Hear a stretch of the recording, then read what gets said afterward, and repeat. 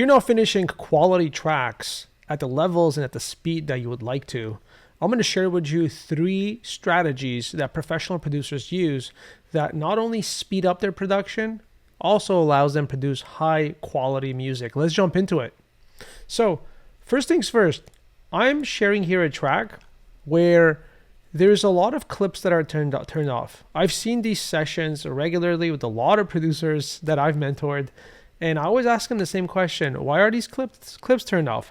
The first thing they say, I know exactly what they're going to say, but the first thing they say is like, well, I kind of like the idea, it doesn't fit, but I want to keep it so I don't forget it. What if it works in the track? That's a very scarce way of looking at creativity. First off, we're human beings. Human beings are extremely creative beings in general. All of them. Even if like you do a boring job and you're not creative and you feel you're not creative, you're a human being. You have the power to create. You're highly creative in your soul. That's who you are. That's how you've made, and that's how every human's made. And the reason why I share this and I just jumped right deep into it is because when we have sections that we've turned off, right, we're not vibing with the section. We don't feel like this is right for the section.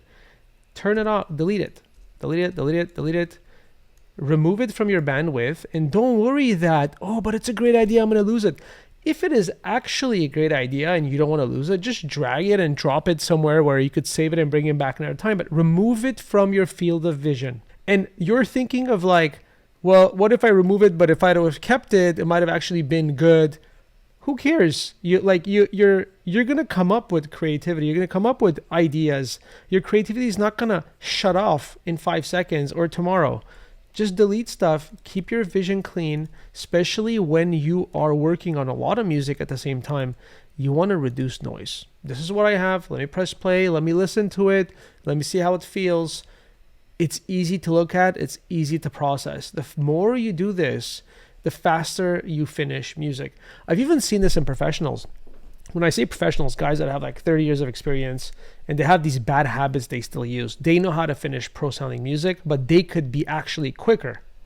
Yes, I'm telling you, 30 years of experience and you can still be quicker, because you could have experience in some aspects of production, but if you're not optimized, you're slower. It's just because you could run fast, it doesn't mean you're an Olympic runner that's the fastest runner in the world, right? There's optimizations that could be done for you to improve no matter how long you've been producing.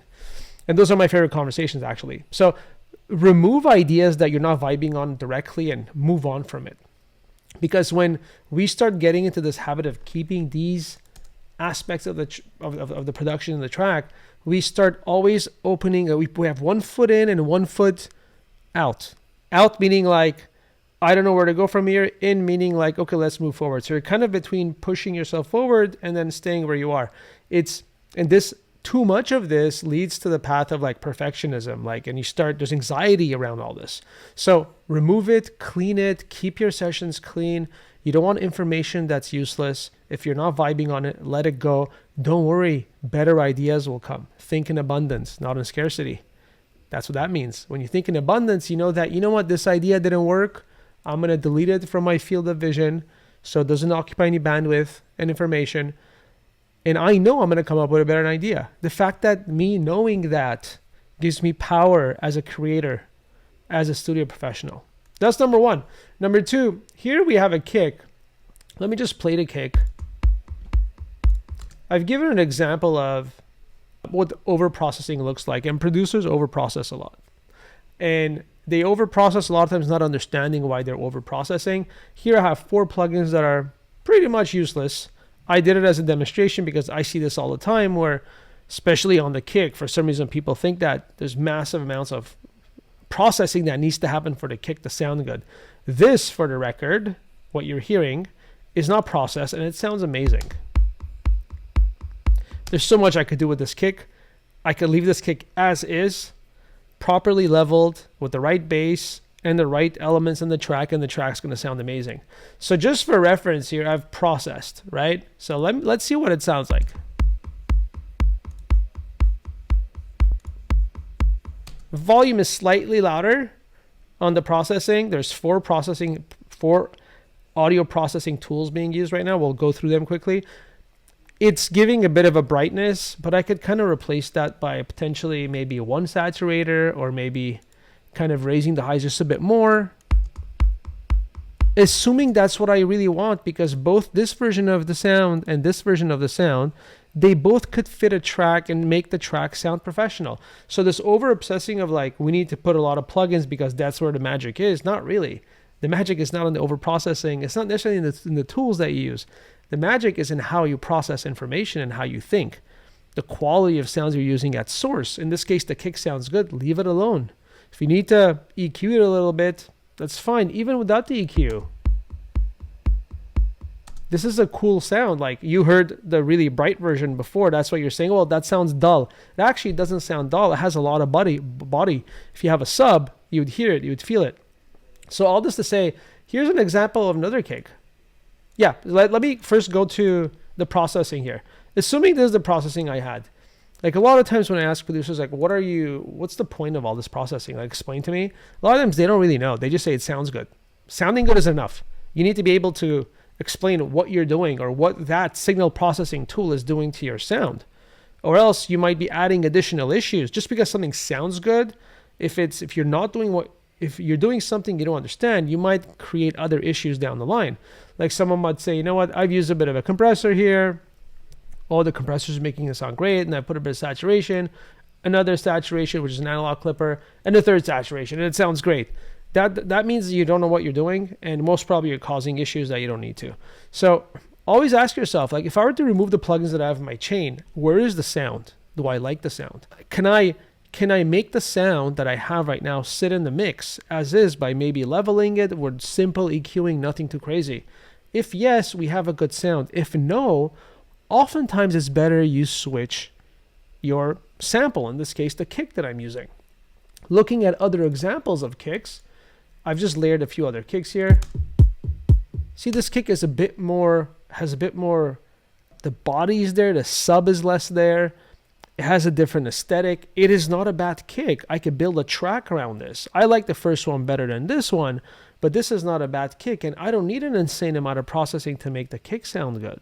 A lot of times the kicks sound good because your low end is clean. Yes, there's aesthetics of kicks, there's subgenres of music. In some instances, when you're going for a warmer sound, you're not going to use a trancey kick. If you're going for a trance track, which has brightness and punch and power, you're not going to use warm kick drums for, say, melodic deep house. There are some exceptions, but overall, a good kick is a good kick, and you can build a track around it. Let's look at this third kick. This kick is decent too, depending if it's a mellower track. And I could modulate it a bit in the sense of I could play around with the sound itself through EQing. But overall, like, I have three kicks. I could work with these three kicks. It's all about like what I have and how I'm going to build the track on top of it. So the second point here, so the first one was remove clips that are in front of you that you're not using. Don't worry, think in abundance. Ideas are going to come. Clean your space. The second one right here is we don't want to overprocess, and we want to give attention to what our sound at source is and how it sounds. If it doesn't sound good, let's not try to push it to sound good. Let's get a better sound from the get-go. And there's a lot of sounds that work for one track. You just need to make sure that you have good samples in this case. And there's nothing wrong with that. These days, samples come properly processed. They sound big. They sound very usable from the get-go. If you don't have good samples, maybe you're working with very, very old samples that were not processed, you could maybe like spend $20-$30 at the most and buy some nice samples you could find in a lot of different places. These days, there's no shortages of good samples, so do that. Pick a better sound at source is the lesson here, instead of over-processing and thinking you're doing something cool because it's like, well, I'm doing stuff, it shows that I'm smart, or whatever the thinking is. I've seen and heard everything. And by the way, I'm not making fun of anyone, by the way. I've done all these mistakes. I'm openly sharing it and saying it. With hindsight now, I wish I knew better. This is why I'm teaching you guys to share this. This is why I teach, and I love teaching, and I run a mentorship where I put so much of who I am into the methods of teaching and improving the process for producers not to make mistakes that I did. There's no point in evolution. The next generation always starts on the shoulders of the people that came before us, but that happens through education, right? The fact that you're here trying to learn something on YouTube shows that you want to learn from people ahead of you. There's better ways of learning than YouTube. You team up with a mentor, they dive into your situation, they build a plan for you, and then you work with them closely to really grow much faster than YouTube. But overall, the thought process is there. Education is education. So the third thing I want to look at after overprocessing and choosing the right sound and as a source is references. Now, this is a track that we had already released. Hoki is my artist name. By the way, for those of you wondering, Hoki means spirit, soul in Armenian, because I'm Armenian. If you guys know System of a Down, I have the poster in the back. I know them. They're awesome. But like Armenians, Kim Kardashian, there's a lot of them. It's a bad example, but whatever. She's known. That's why I mentioned it. So Hoki means, that's the name of my act. I've had a lot of artist names. This is the recent one. Last 5 years. Morning Driver is a track they were released recently. I own all the master copyrights and everything, and it's released under our label. And the reason why I'm telling you this is because I still don't want to play it. You could go and listen to it if you want to, and playing it is not really important for this tutorial. There's the thinking I want to share. You could go listen to it. I just don't want to play it and then get flagged, even though it's my copyright, and I have to tell YouTube like, hey, it's my master, it's my label, blah, blah, blah. I just wasted my time. So, and we don't need to play it for this video anyways. So what I'm getting at is like the third thing that professionals would do. Not every professional would do this, but it's an angle we tend to borrow. As professionals, we could produce music, we're fluent, we don't need this third step necessarily. But when you are stuck and you think of this aspect, this strategy, it starts picking you up. It's very common to see a producer, for some reason, being stuck in a process. It might be that they're creatively fatigued a bit. They put in a reference. The whole point of putting reference is not to compare yourself with the reference. It's not to say, well, you know what, like the snare sounds amazing. Why doesn't my snare sound amazing? That lead sounds amazing. How do they do it? And then bog yourself down and feel like shit. That's not the point of a reference. The point of a reference is to say, I've built an intro. I've built a drop. I'm entering the next break. I'm just not sure where to go. And I want to, instead of just maybe copy pasting and then removing some stuff generically, let me just see what's happening in the reference track. What instruments are taken out? What instruments are put back in? What change is happening? Is there a dynamic flow? How is that dynamic flow and dynamic change happening? How is the story evolving and switching? And I'll use that as inspiration to give me direction and ideas in my own track.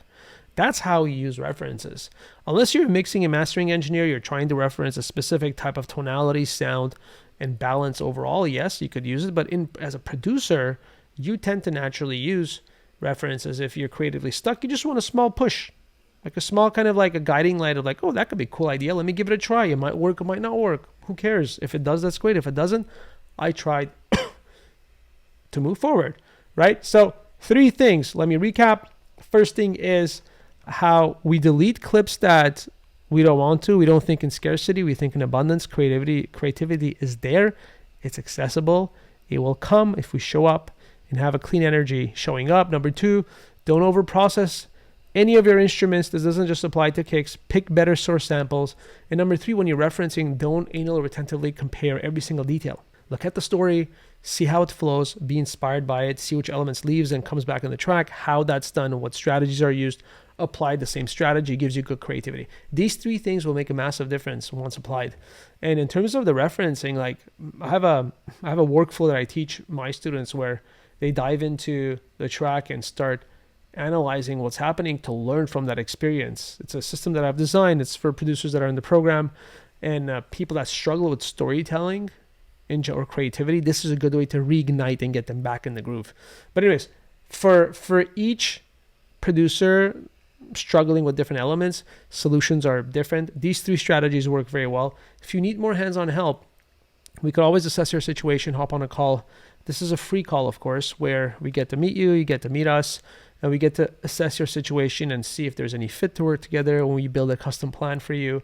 And the plan here is to save you years out of your life in production. So you get to a point where you're accomplishing your goals and becoming a much better producer and a professional producer, ideally. So if you're interested in that, you can book in a call. It should be in the comments, the link. We're super nice people. We love helping producers. So book in a call, let's chat. Hope this was helpful. Love you guys. See ya.